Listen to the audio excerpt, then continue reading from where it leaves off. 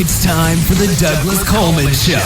Mr. Smooth and Savvy is joined by guests from all walks of life, from the entertainment industry to authors to political and social commentators, the famous and not so famous, the controversial and the light and fluffy.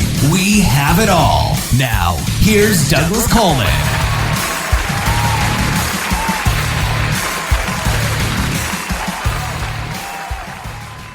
Okay, please welcome to the Douglas Coleman Show, Benjamin Wong. Hi, Benjamin. How are you? Hey, Douglas. Really appreciate you having me here today. Oh, my pleasure. Do you go by Ben or Benjamin? I go by Ben, in person, but, formally I go by Benjamin. Okay, well, we'll title this Benjamin, but if I call you Ben, it's not a big problem. Yeah, no worries. Okay. All right. Well, thank you for coming on the show. And the reason that you're here is you've got a movie out. Is it B-A or Ba? Great question. Yeah, it's Ba. Okay. 'Cause I wasn't sure. I watched it last night, actually. And okay. It was good. It was good. But I was confused by a couple of points. And before we dig into it, though, there's not a huge spoiler to this, is there? I mean, I didn't see one. I think the ending is a little bit of a surprise, but yeah, I think the premise is out there. It's pretty straightforward, right? I mean, there's nothing. Is there anything that we shouldn't talk about, like not to ruin it for everyone? Yeah, again, just the ending of it, I think is something that we shouldn't talk about. But I think the majority of the film we can chat about. Okay. Well, I did like it, and I was happy to see Lawrence Cow. Yeah. Funny, I remembered him from the America's Best Dance crew. Now, I don't know how many years ago that was already. Yeah. But I remember him with Caba Modern, and oh, cool. I watched that whole thing, and I remember they came in second. Yeah. I think they ended up being second or third that season. But yeah, that's so cool that you watched that show and you know about that. That was like a really big moment for me because, as an Asian American growing up, we rarely ever saw people that looked like us on screen, and this was quite a while ago. And so when they came on the scene they were on MTV's Best Dance Crew, that was like a landmark. That was a huge moment in my life, just to see these Asian Americans not only be on TV, but have them just absolutely kill it, being amazing dancers, being sort of like, some of the best dancers on the show, and seeing them be just so cool, so sexy. That was just a landmark moment for me as an Asian American to see that on TV, not just to see Asian faces alone, but to see them just actually destroy it, so that was such a great moment. And that was actually a big sort of subconscious inspiration for this story. That moment always stuck with me, and I always thought about what it would like to be a dancer on that show and sort of be in the national spotlight for a while, and then sort of go about your career as a dancer. And dancers, it's being a dancer, and I know I was reading your bio, Douglas, about how you pursued music for a while. The creative path is never an easy one. So, and dancing is, I think it's probably one of the hardest creative paths to sort of pursue. Oh, I would agree. So I always thought of, yeah, I would agree with that. Yeah. And I have a lot of respect for dancers because I cannot dance to save my life. And I always have enjoyed watching great dancers. And that was one of the reasons I was watching that show quite adamantly. And when I saw all those guys, I was like, oh, wow, this is really good. Because I used to watch, sort of the classic dancers like Gene Kelly and Fred Astaire and all of these greats from 50, 60 years ago. But this was sort of a modern version. And, yeah, I really enjoyed them. I loved Caba Modern. There was some others on there, too. I know Jabberwockies ended up winning. Yeah. And they were really awesome. And then, if I can remember, and this was a long time ago now, there was another group called Fanny Pack, and another one called Fish and Chicks or something like that, which was a girl group. And, they were all They were all tremendous, I thought. Yeah. No, it's so cool that you watched that show, and yeah, it really did feel sort of like this moment in time where it was capturing what was happening. Yeah. And, you know, I think dance-wise and just culturally.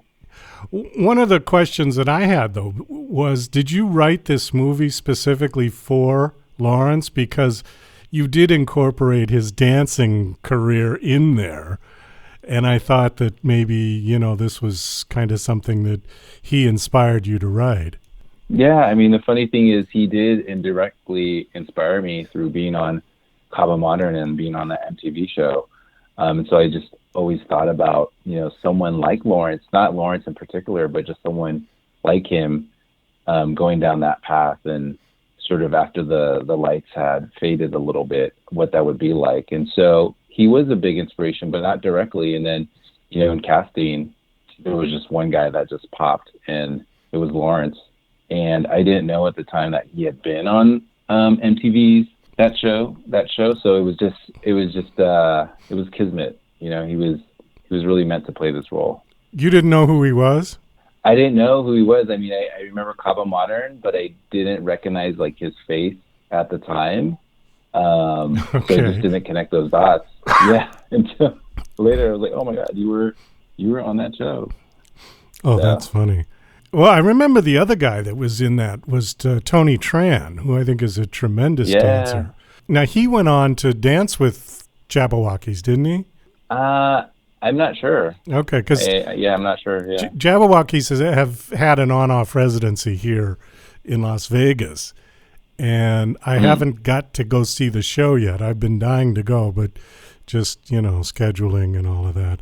But at one point, I saw him on the bill as being part of the dance crew, and I thought, wait a minute, wasn't he in Cabo Modern? So, and you mention him in the movie. His name pops up in there. And there was one funny line where I think it was right at the beginning of the film, where he's in the car with his little girl, and something to the effect of, just because I danced behind Lady Gaga once doesn't make me a star, or something like that. And I thought it was a very funny line. I could be misquoting that, but that's the line. Yeah, I thought that was very funny because it's what you said about dancers, and it really is. I mean, you could name on probably one hand the greatest dancers that have made it to what you would consider big stardom, right? Where there's been a lot of musicians, a lot of actors, not that it's any easier, but I think it's harder as a dancer because there isn't really I don't know, there's no kind of venue for you. You know, you always have to be behind somebody, or you're a background, you're not the star. You know what I'm saying? Yeah.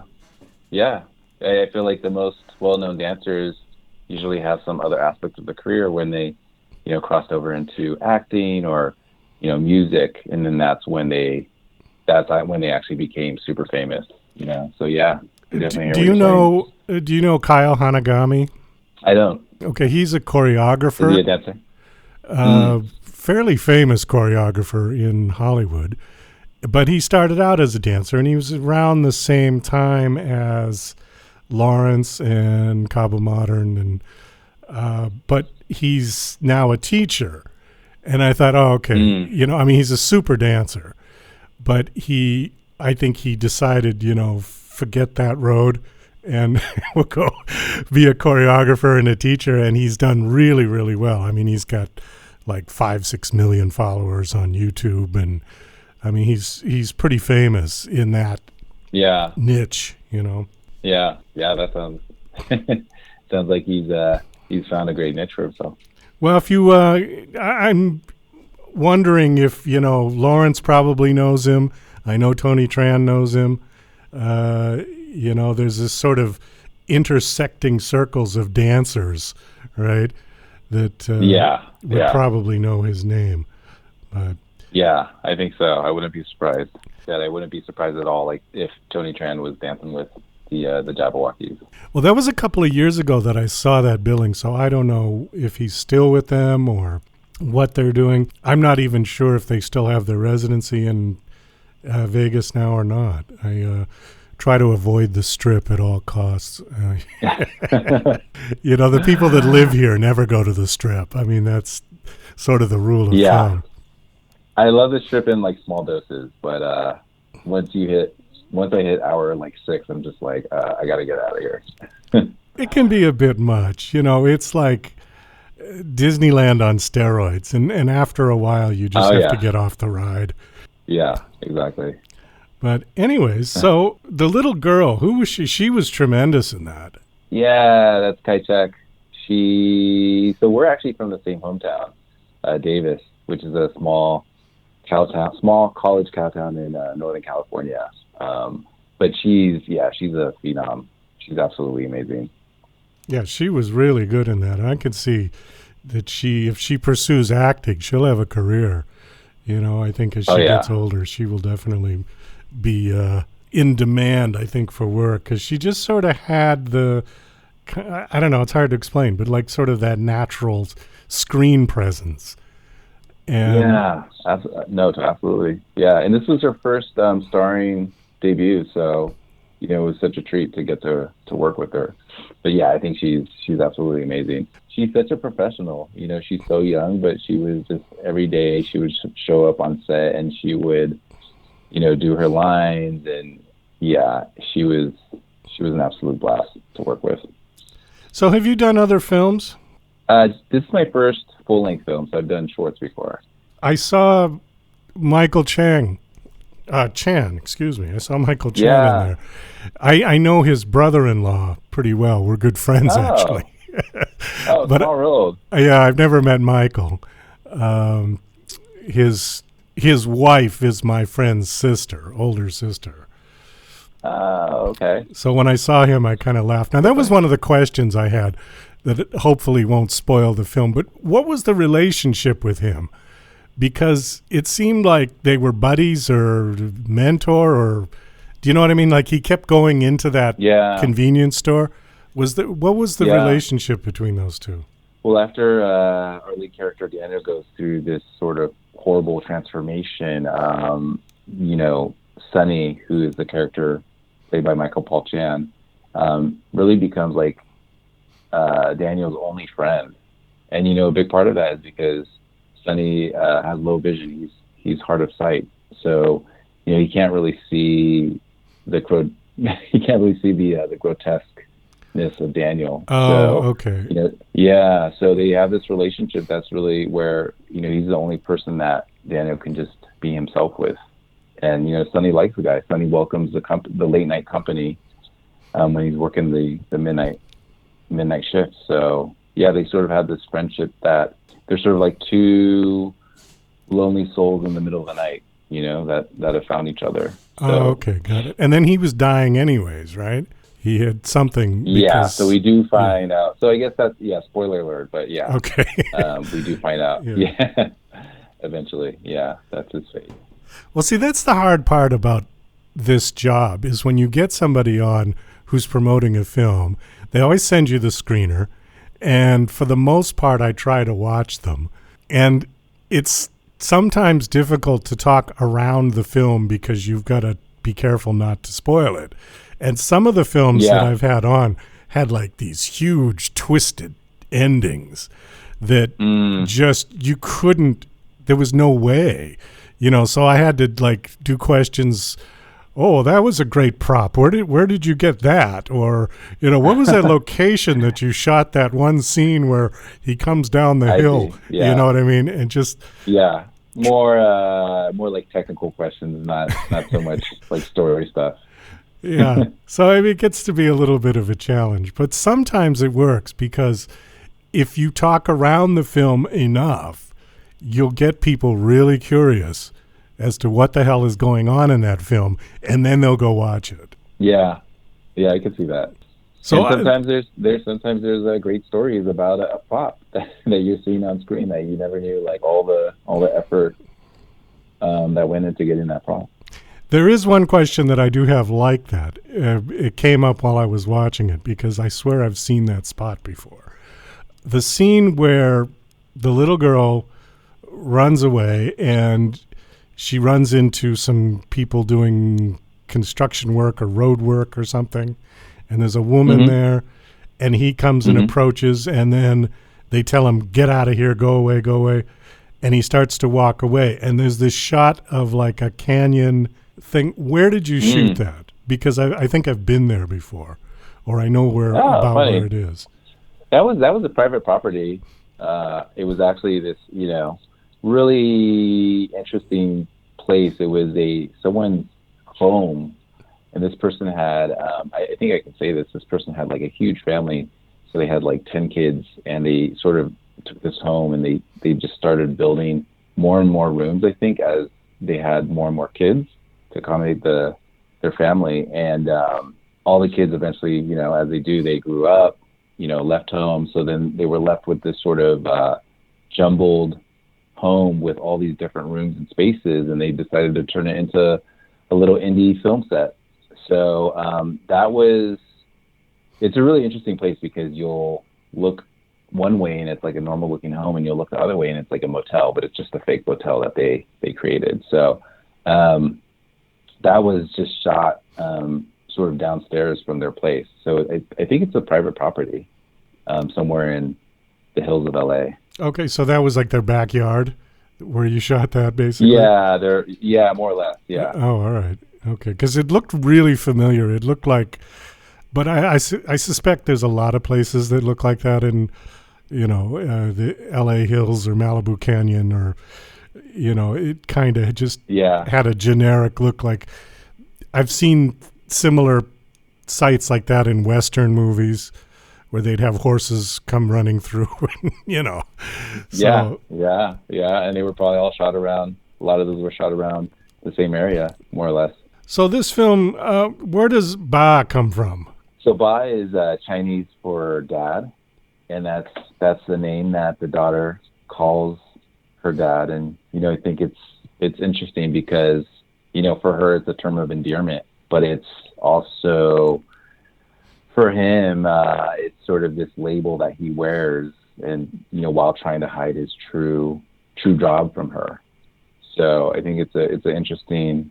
There's a lot of meanings to the name, and I think it's also interesting. I'm a second generation Chinese American, and so like when I was growing up, my parents spoke English to me, but once in a while there'll be like a Chinese word or a Chinese phrase that just is like sort of a better way of saying something versus the English expression. So once in a blue moon, there'll be like a single word or a single phrase that comes out that's in Chinese. So I think, for our main characters, they're sort of like me. They're very Americanized, but, there's a few words here and there that they still use that are Chinese, just when they're especially poignant or meaningful for them. Elizabeth was supposed to be here today, but she's not here. What was her role in this film? She was a producer of the film. I was really lucky to get to work with her. We've been friends for over a decade. So, of course, we had talked about working together. She's produced some other stuff, and that was, I always wanted to work with her. And so I spent a lot of time just writing the screenplay. And, obviously when it was done, I was just like really hoping that she'd like it and would want to work with me on it. And luckily enough, she loved it. And so we got to work together as producer and director, but also just as really, really great friends. So you said this was your first feature, right? Your first full-length film. Let me ask you about advice for people that are trying to get a film made. It's probably not that easy.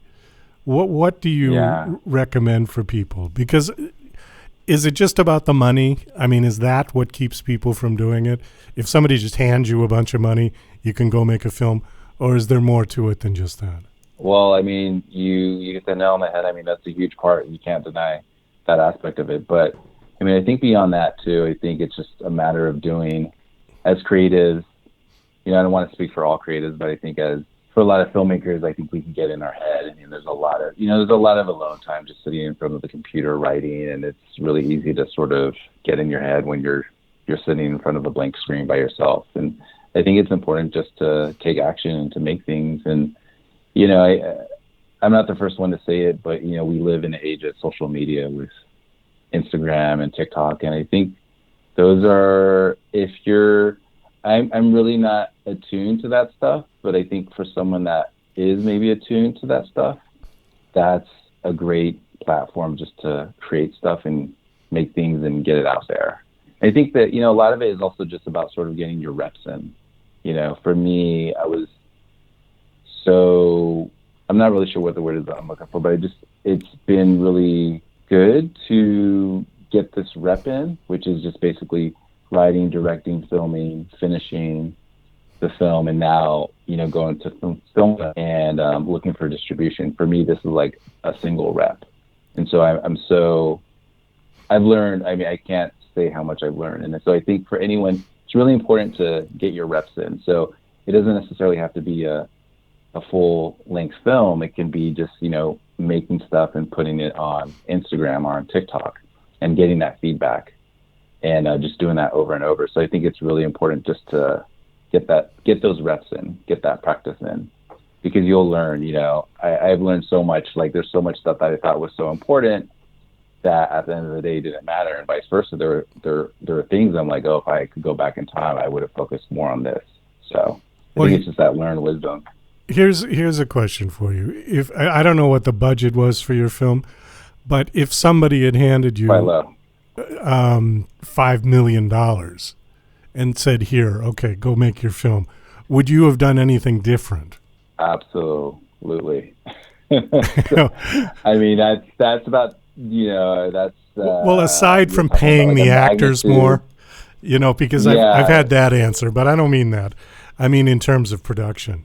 Oh, yeah. Oh my gosh. Yeah. I mean, that's a magnitude of order greater than our budget. So I can't even imagine what that would be like. I mean, I think I've heard every level budget sort of introduces new issues, but this was like a very low budget film. So we had to get so creative. There was a lot of it was like threading a needle in the middle of a hurricane, That's a good way to put it. Just trying to get this thing done. So from top to bottom, it was just like, how can we almost like pull this thing off? Like, from just everything, from every single shot, from every single beat in the film, it was like a high wire act to get it done. So just even having like a little bit more money would have just afforded us so much more breathing room. This was like a nonstop marathon sprint. I think about, I'm not a marathon runner, but I've read about these incredible endurance athletes that run 100-mile marathons. And that's what it felt like to me. I don't want to compare myself to like an ultra endurance marathon runner. That's something incredible. But for me, not being a marathon runner, that's what it felt like to me. Just a nonstop sprint, for like months on end to try to get this thing done. So just having a little bit of extra budget would have just added so much cushion, I think. So, well, would you have like car chases and crane shots and all of that, or because that wouldn't necessarily add to the story? Yeah, I think our locations would have been different, and I hope you don't feel it. And I'm glad you said that. I feel it, and obviously ultra sensitive to the film, but I think just everywhere from locations to having more shots, like you said, I think all those things, I'm really proud of what we were able to do with the budget. I'm super proud of all the work that people put into this and the end result. But yeah, I feel like it would have been the same story, but on a grander scale, not car chases, but just in a different way. And I think it would be something that you could feel that there was more budget. Well, to your credit, I mean, I've watched a lot of these, and to your credit, yours didn't look like a low budget film. I mean, it was put together, it was shot very, very well. And although it didn't have car chases and crane shots and helicopters, you didn't need it for this particular story. But it also had the right look. It's a little hard to explain, but you know how some of the indie films can look a little too digitized, a little too sanitized, where it doesn't look quite right? yours didn't. I mean, yours looked like it could have been shot on 35 millimeter. And it had a certain warmth about it that maybe you just knew what you were doing with the post. But yeah, no, I mean, I have to give a lot of credit to our cinematographer Ming, our colorist Robert. Yeah, that was a choice that we made, because this is a fantastical film. I think taking you along on that journey and sort of being immersive and not feeling digital, that was an important thing for us. So yeah, I'm so glad you feel like it looks good. Yeah, that was something that we really tried to aim for. Oh, I'm glad. In the film. So we had, we had, like you mentioned, 35 millimeter film. We had these, beautiful vintage lenses they're sort of like a hybrid, but I think, the core of them are probably from like the 1970s or something like that. So so you had really helped. New digital cameras with old lenses. That always looks good. Yeah, exactly. I had a dream talking about budget. I mean, there was a dream of shooting it on film originally, but there was just no way, with our budget. Yeah, suddenly it's not low budget anymore if you're going to film. I don't know. Some people, still like that. Some people swear by it. Other people say, nah, you can get the same effect with digital, just adding that back in. It's like with music, you can add analog tape hiss into a digital signal, which I think is ridiculous because you should just use tape to begin with, I mean, yes, it's more expensive, but what's the point of having the digital and then going back to adding analog tape hiss? It just seems like you're working backwards. Yeah. I would love to shoot on film one day, but it is a dying medium, absolutely. So I think Kodak just went out of business a few years ago, I think. I think I heard that. Yeah. Well, I mean, I think a lot of things have gone out of business just even in the last 30, 40 years. I mean, VHS tape, anybody? Yeah, that's long gone. I remember VHS versus Betamax was a huge debate for a second. Yeah. Yeah. And then Laserdisc. Laserdisc. Yeah. That was, I mean, I remember the first time I saw a Laserdisc, my mind was blown just at the clarity back then. And even DVDs. I mean, you can still get them, but, Netflix is, if you want something, you want to watch something, Netflix or any of those streaming services. I don't know of anybody that buys DVDs. I actually tried to buy my brother a Blu-ray the other day at Target for his birthday, and it looked like the section was on its way out. Like they had sort of, just put it in one small corner of the store, and it, they only had a few of the latest releases, and it looked like it was going to be gone in about a year, if that makes sense. Oh, I think so. So speaking of all of that, let me hit distribution with you, and then we got to kind of wind this down. So from the other filmmakers that I've had on, distribution has always been, for them, the most daunting because it has changed in the sense that it used to be if somebody liked your film, they picked it up, they would front it for the distribution. That's not necessarily true these days. Yeah. And I've heard of other filmmakers who actually had to pay to get their film distributed. So what are you finding with this one, with yours? Well, we're in the same boat. We're trying to get distribution, and it's certainly a challenging landscape from what I can tell. Obviously we were just talking about how everything's changing. And so, the theater experience, like the indie theater experience, I don't know if that's really come back since the pandemic. And so that was sort of, I feel like that was like a lifeblood for a lot of indie films. But now that that's not really around these days, the next stop is streamers. But and again, I'm not a producer, but just my understanding is, with Netflix and whatnot, they've sort of moved away from indie films the last few years because they've discovered they can make they're doing their own overseas. Yeah. And it can be a worldwide hit, and the cost of production is based in Korea, so it's a win-win for them financially. So I love film. I love indie film. It's what I grew up on. It's been so important in my life, and it's such an important art form. But it just right now, I don't know if it's a temporary thing. I don't know if it's a long-term change. It's just the environment isn't really there to really, I think, support the art form that much these days. So it's challenging. I mean, I love it, and I wouldn't have it any other way. But practically speaking, it's a real challenge right now. I think finding and connecting with audiences, because the numbers just aren't there. These days, I think, in this current environment. Yeah, and then you've got AI just around the corner. Oh yeah, that's I could talk to you about AI for a long time. Yeah, that's always in the back of my mind too. So AI is going to put us all out of work. All of us, musicians, actors, filmmakers. I sure hope not. I mean, it could. I hope it doesn't. But the potential. You could see the potential, and even during the strike, the actors' strike and the writers' strike, that was one of the clauses was that the studios wanted to replace what was it? They wanted to replace extras in scenes with AI, right?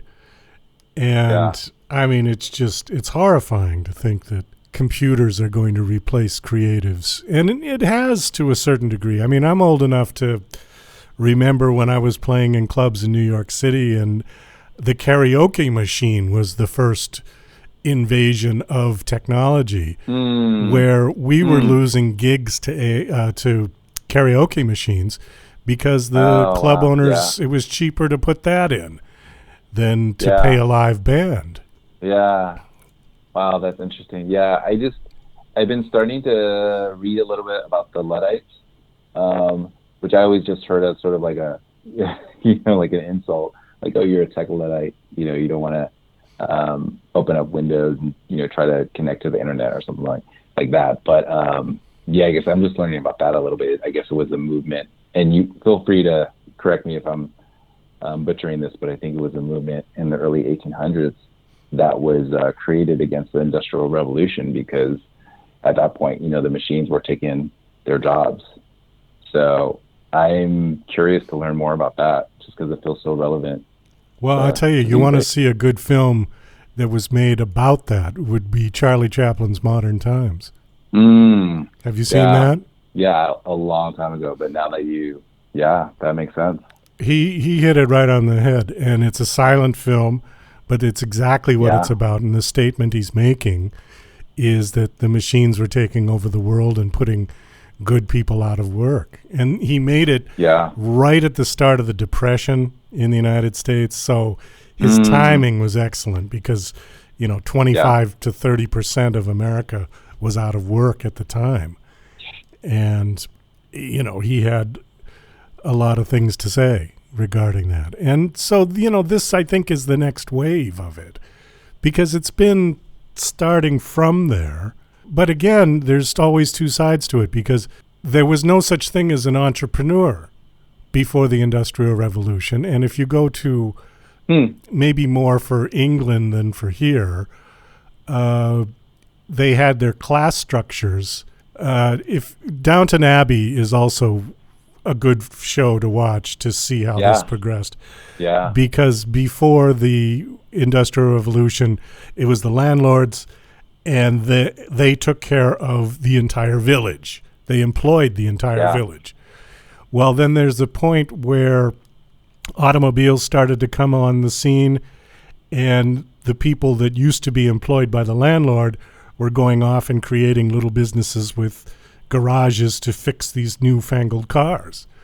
And then they would open another garage, and then all of a sudden franchised, and they started to become successful on their own without the landlord. So if you want to equate that to the internet, look at all of the quote unquote influencers. I hate that term, but people who were nobody, who got on YouTube and did something interesting that went viral, and now these people are pulling in 6 figures, 7 figures, some of them, for making content, which was not possible before this. You could have made all the film you want and nobody would have seen it. But now there's this. So is it good and bad? Yes. The good news is the same as the bad news. Yeah, no, that's a really good point. I think we always we harp on the downsides, and I think there's a lot of downsides to that whole culture. But I mean, it is an opportunity, like you said. There is opportunity, but it creates also more competition, and it creates a very crowded playing field. Yeah. I wouldn't discourage anybody from doing it, but I don't think it's any more difficult or any easier with the technology. James Taylor, in an interview, said it used to be where you'd have to fight and claw to get into the room, but once you were in the room, you were the only one there. He said now the door has been kicked wide open and everybody's in the room. Everyone's in the room, and all clawing to get to securely. Yeah. I think everyone's being constantly ushered out of that room and being replaced with new people. AI might replace all of those people, but I guess the point he was making was that once you made it in those days, when he made it, you were treated like the grand rock star that you wanted to be. Where now anybody can get into the room. The room is wide open, but there's a million people in there you got to fight with. Yeah, and I think it also just speaks to the cultural shift. I think Hollywood used to be sort of on the top of the pyramid when it came to popular culture, but I don't feel like that's the case at all these days. If you ask any, like my niece and nephew, they're actually in their early 20s, but like even before, I'd always be like, oh, what are you guys into these days? I mean, they never were like, oh, I want to be a movie star. They never talked about film. They never put it on the same pedestal that I did growing up, watching all the great films of like the 70s and the 80s and 90s. So, yeah, it's just the mystique is gone. The mystique is gone now. Yeah, yeah. And I think we can thank social media for that because you only had limited access to your favorite celebrities back in the day. You might see them on TV or you'd see them in a film, and maybe you would see them on a magazine or something like that. That was it.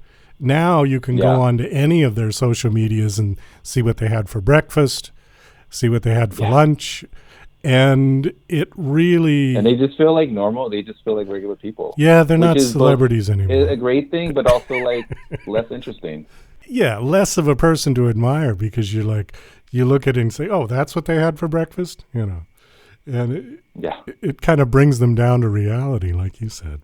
Anyways, Ben, we got to kind of wind this down. So the film is called Bah. Has it been released?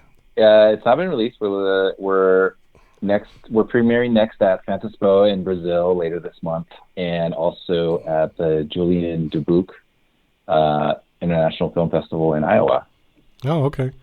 So... Eventually, it'll be available where? Do you know yet, even? We don't know yet. I wish I could tell you, but we do plan on being available online eventually. But that's TBD. Okay. All right. Well, thanks for coming on the show. This was a nice conversation, and best of luck with it. I hope I hope to see it out there. Yeah, thanks so much, Douglas. I appreciate it.